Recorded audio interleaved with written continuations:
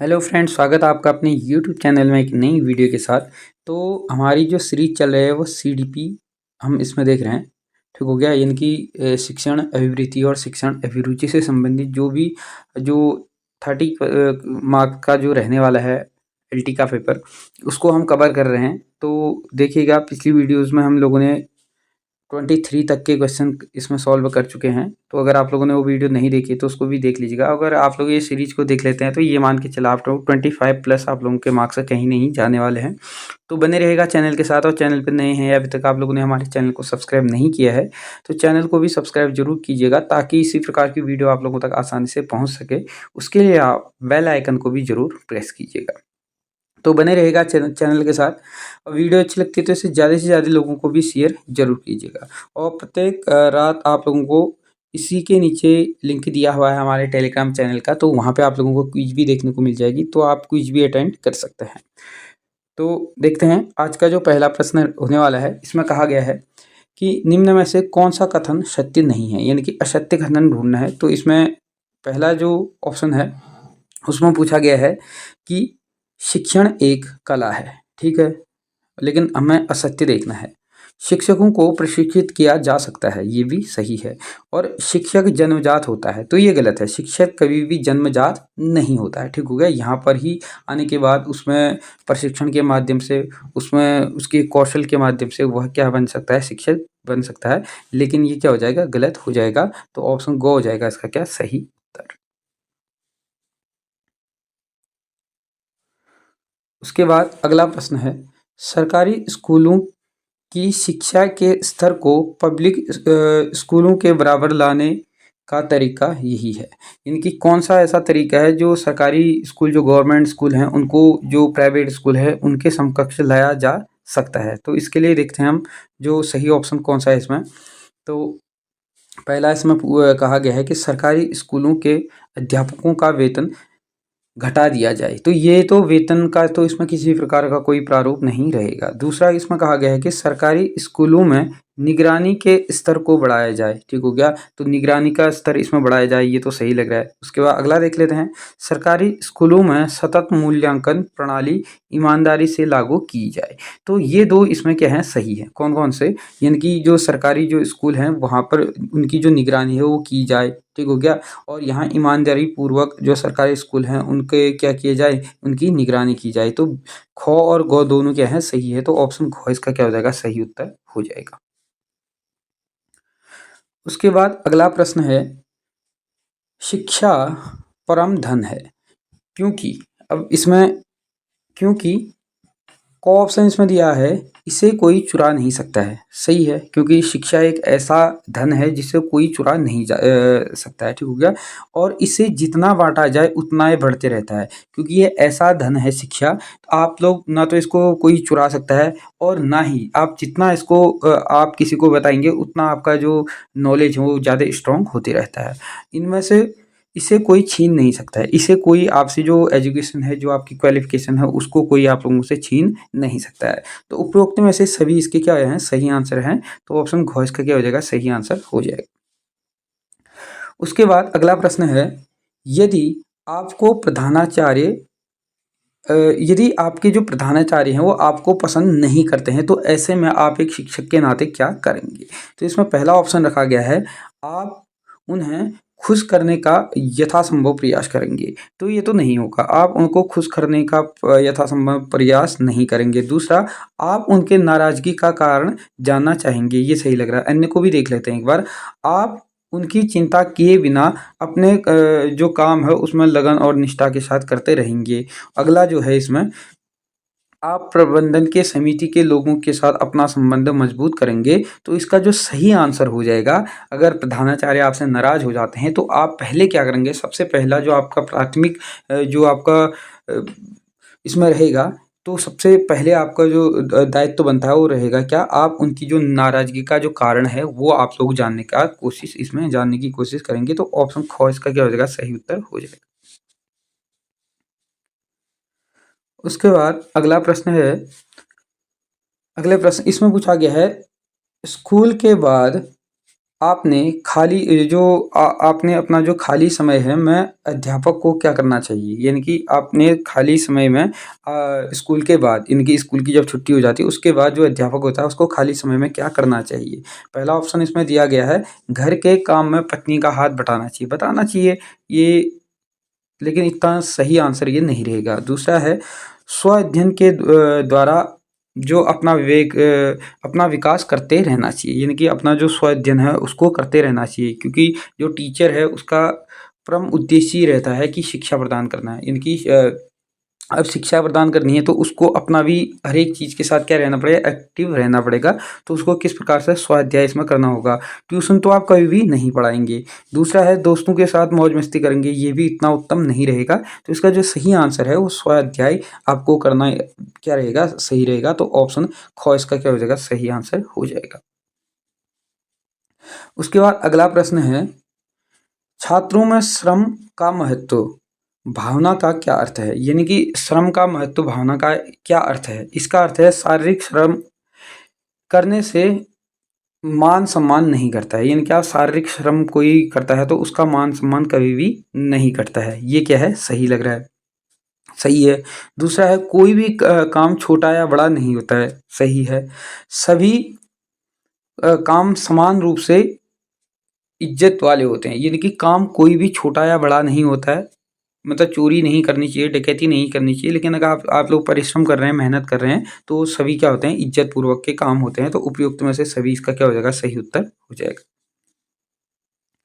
उसके बाद अगला प्रश्न है, शिक्षण के लिए ज्ञान, प्रशिक्षण, अनुभव तथा अनुसंधान के अलावा और किस बात की आवश्यकता पड़ती है। तो इसके अलावा और किस बात की आवश्यकता होती है, अभिरुचि की आवश्यकता होती है, सकारात्मक जो अभिवृत्ति है उसकी भी आवश्यकता होती है, यानी कि ये दोनों क्या हो जाएंगे, इसके सही उत्तर हो जाएंगे। ऑप्शन गो हो जाएगा इसका क्या सही उत्तर।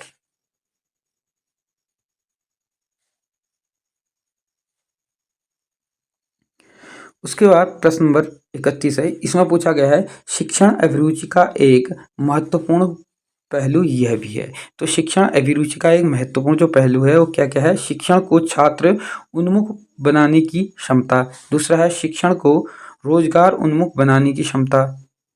और अगला इसमें है, छात्रों की क्रियाशीलता पर अंकुश लगाने की क्षमता, उपयुक्त में से सभी। तो इसका जो सही आंसर हो जाएगा वो कौन सा हो जाएगा, वो हो जाएगा आपका शिक्षण को छात्र उन्मुखी बनाने की क्षमता इसमें होती है। तो ऑप्शन क हो जाएगा इसका सही आंसर।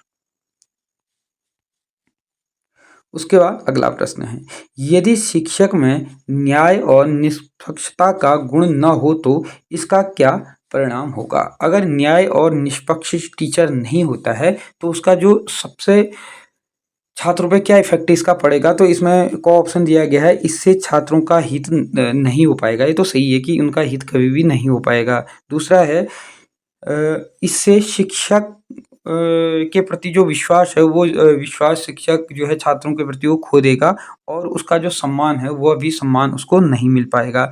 तीसरा इसमें है, शिक्षक की आत्मा मर जाती है, ये भी इतना सही नहीं है। शिक्षक निरंकुश बन जाता है, ये भी इतना सही नहीं है। तो इसका जो सही आंसर हो जाएगा वो कौन सा हो जाएगा, इसका जो सही आंसर हो जाएगा वह हो जाएगा आपका ऑप्शन ख, यानी कि इससे शिक्षक का जो विश्वास है वो खो देता है, और उसका जो सम्मान होता है वह भी मिलना उसको बंद हो जाता है। उसके बाद अगला प्रश्न है, निम्न में से कौन सा कथन सही है। सही कथन हमने इसमें छांटना है, तो देखते हैं। पहला इसमें है, शिक्षक को पढ़ाते समय छात्रों की भिन्नताओं को ध्यान में रखना चाहिए, ये सही है। दूसरा है, शिक्षक को मंद गति से सीखने वाले छात्रों को झड़कना नहीं चाहिए, ये भी सही है। अगला है, शिक्षक को मेधावी बालकों का समुचित तथा पथ प्रदर्शन करना चाहिए, ये भी क्या है, सही है। तो ऑप्शन इसका सही उत्तर हो जाएगा उपयुक्त में से सभी, यानी कि सभी ऑप्शन इसकी क्या है, सही है। उसके बाद अगला प्रश्न है, भारत में प्रौढ़ शिक्षा कार्यक्रम की असफलता का कारण। इनकी जो प्रौढ़ शिक्षा है, ये प्राथमिक जो शिक्षा है उसका जो असफलता का जो कारण है वो क्या क्या है। पहला इसमें ऑप्शन दिया गया है, अनुदेशकों एवं अन्य कार्यकर्ताओं की लापरवाही। अगला इसमें है, प्रौढ़ों के लिए किसी अतिरिक्त अभिप्रेरणा की व्यवस्था न होना और उचित निगरानी का अभाव, यानी कि ये सभी क्या हैं इसके लापरवाही की क्या हैं कारण हैं। तो अप्रोक्स में से सभी इसका हो जाएगा सही आंसर, इनकी ऑप्शन ख हो जाएगा इसका सही आंसर। उसके बाद अगला प्रश्न है, स्कूलों में नैतिक शिक्षा दिए जाने के संबंध में आपका क्या विचार है? यानी कि स्कूलों में नैतिक शिक्षा दिए जाने के संबंध में आपका क्या विचार है? तो देखते हैं इसमें क्या ऑप्शन इसमें देखने को मिल रहे हैं।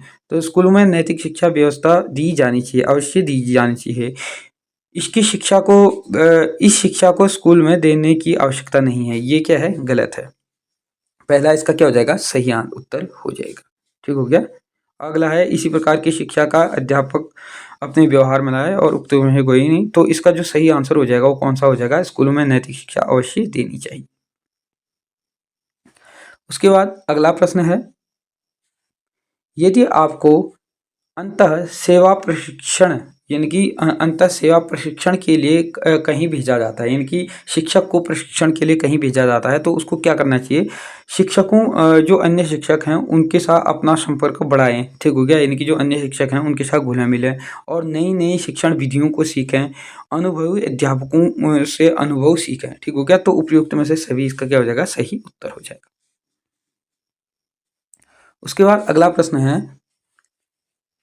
है, आप स्कूल के बाहर अपने किसी छात्र से इस प्रकार के व्यवहार करेंगे, यानी कि अगर आप लोग कहीं टीचर हैं और अगर स्कूल से बाहर आप अपने छात्र से अगर मिलते हैं तो किस प्रकार का आप उसके साथ व्यवहार करेंगे?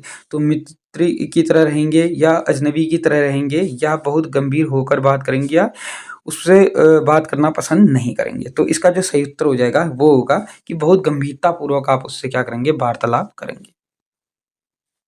उसके बाद अगला प्रश्न है, एक शिक्षक का निजी जीवन कैसा होना चाहिए? इनके एक शिक्षक है तो उसका जो निजी जीवन है किस प्रकार का होना चाहिए?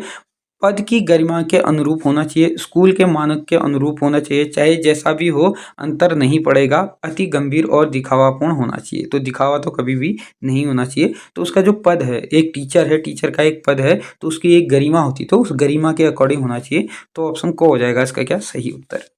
अगला प्रश्न है, यदि आप चाहते हैं कि बच्चे बीच में स्कूल छोड़कर घर न बैठे बल्कि प्राइमरी शिक्षा पूरी करें तो इस संबंध में आपका क्या सुझाव रहेगा?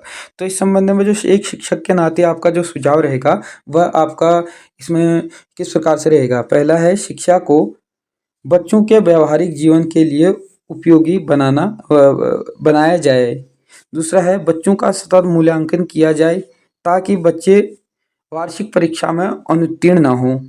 अगला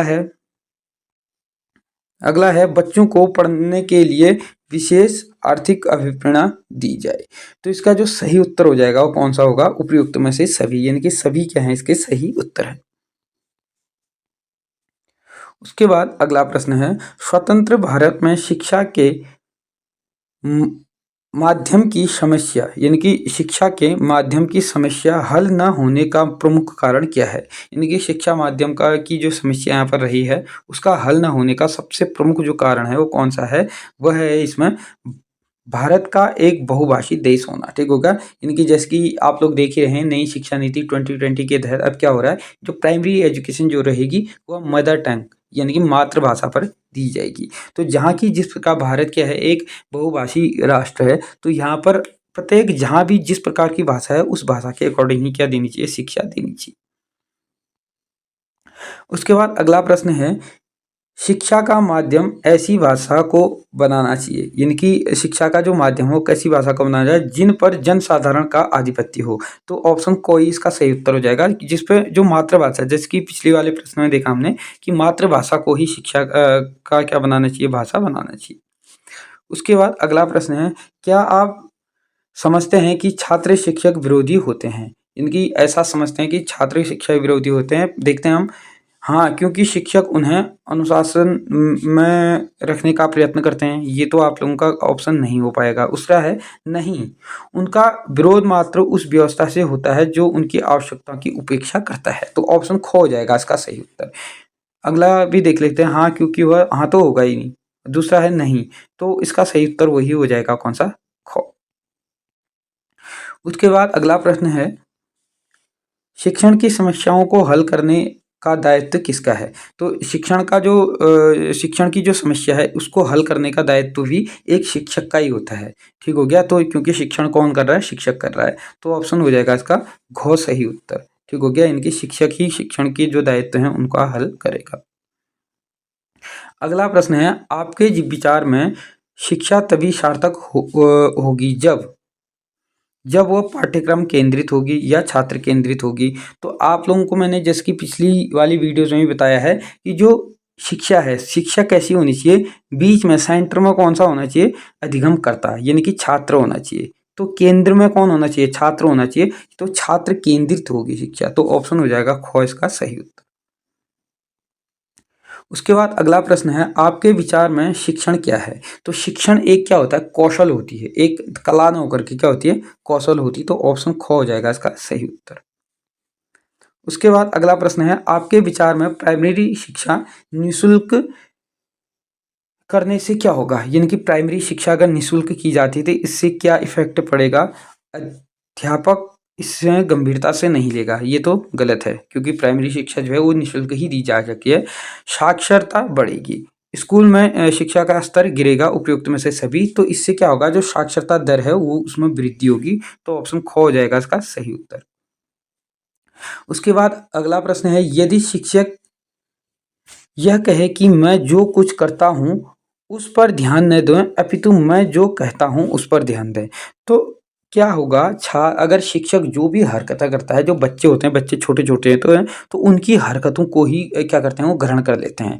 तो इस प्रकार से क्या होना चाहिए? इसका सही उत्तर छात्र उसके कहने के अनुसार चलें, ये नहीं होगा। दूसरा है, छात्र पर इसका अच्छा प्रभाव नहीं पड़ेगा। ठीक हो गया? छात्र पर इस का जो प्रभाव है वो क्या है? अच्छा नहीं पड़ पाएगा। उसके बाद अगला भी देख लेते हैं इसमें। अगला है, छात्र शिक्षक की विद्वता का गुणगान गाएंगे। और उसके बाद अगला इसमें है, छात्र शिक्षक का मजाक उड़ाएंगे। तो इसका जो सही उत्तर हो जाएगा वो कौन सा होगा? ये होगा कि छात्रों पर इसका अच्छा प्रभाव नहीं पड़ पाएगा। तो ऑप्शन ख हो जाएगा इसका सही उत्तर। उसके बाद अगला प्रश्न है, क्या आपके विचार में शिक्षक का व्यक्तित्व आकर्षक होना चाहिए? यानी कि आकर्षक होना चाहिए शिक्षा का व्यक्तित्व। तो हाँ, ताकि वह छात्रों को अपने व्यक्तित्व से क्या कर पाए? प्रभावित कर पाए। तो ऑप्शन कोई इसका क्या हो जाएगा? सही उत्तर हो जाएगा। ठीक हो गया? अन्य को भी देखते हैं, जैसे हाँ, ताकि उससे उसके बात करने का से हिचकिचाएँ लोग, ऐसा नहीं होगा। नहीं, इसकी कोई आवश्यकता नहीं है। इसकी आवश्यकता होती है, हाँ, ताकि वह समाज में सबसे अलग दिखाई दे, ऐसा भी नहीं है। ठीक हो गया? इनकी हाँ होनी चाहिए क्योंकि उसके व्यक्तित्व का प्रभाव किस पे पड़ता है? छात्रों पर पड़ता है। उसके बाद अगला प्रश्न है, जीवन में सफलता प्राप्त करने के लिए आवश्यक क्या है? तो जीवन में अगर सफलता प्राप्त करनी हो तो उसके लिए जो आवश्यक होता है वो कौन सा क्या होती है? भाग्य का अनुकूल होना, ये तो नहीं है। भाग्य, अगर आप लोग मेहनती हैं तो भाग्य आपका किसी प्रकार का विरोधी नहीं होता है। दूसरा है, अवसर प्राप्त करने की क्षमता होना, ये भी नहीं है। दूसरा है, अगला है, प्रतिकूल परिस्थितियों में भी अपने आप को ढाल लेना ताकि परिश्रम से न भागना पड़े। ठीक हो गया? तो यही इसका क्या हो जाएगा? सही उत्तर हो जाएगा ऑप्शन ग। उसके बाद अगला प्रश्न है, अध्यापक को अपने उन छात्रों पर गर्व करना चाहिए जो क्या होनी चाहिए? अपने जीवन के आदर्शों पर अडिग हों, या यदि शिक्षक बन जाए तो समर्पण के साथ छात्रों के हितों के लिए सदैव प्रयत्न करता रहे। उसके बाद है, अनैतिकता के प्रति शांतिपूर्ण जो विरोध प्रदर्शित करे, ऐसा नहीं। तो इसका जो सही उत्तर हो जाएगा वो कौन सा हो जाएगा? ख हो जाएगा। यदि शिक्षक बन जाता है तो अपना समर्पण के साथ सदैव छात्र के हितों को क्या करे? प्राथमिकता रखे। ठीक हो गया? तो इस प्रकार से हमने कुछ इम्पोर्टेंट प्रश्न देखे हम लोगों ने, जिससे आप लोगों का क्या होगा? आगामी जो एग्जाम है इसमें आप लोगों की प्रैक्टिस बनी रहेगी। तो वीडियो अच्छी लगती है तो इसे ज़्यादा से ज़्यादा लोगों को शेयर जरूर कीजिएगा। चैनल पे नए हैं तो चैनल को भी सब्सक्राइब जरूर कीजिएगा। धन्यवाद।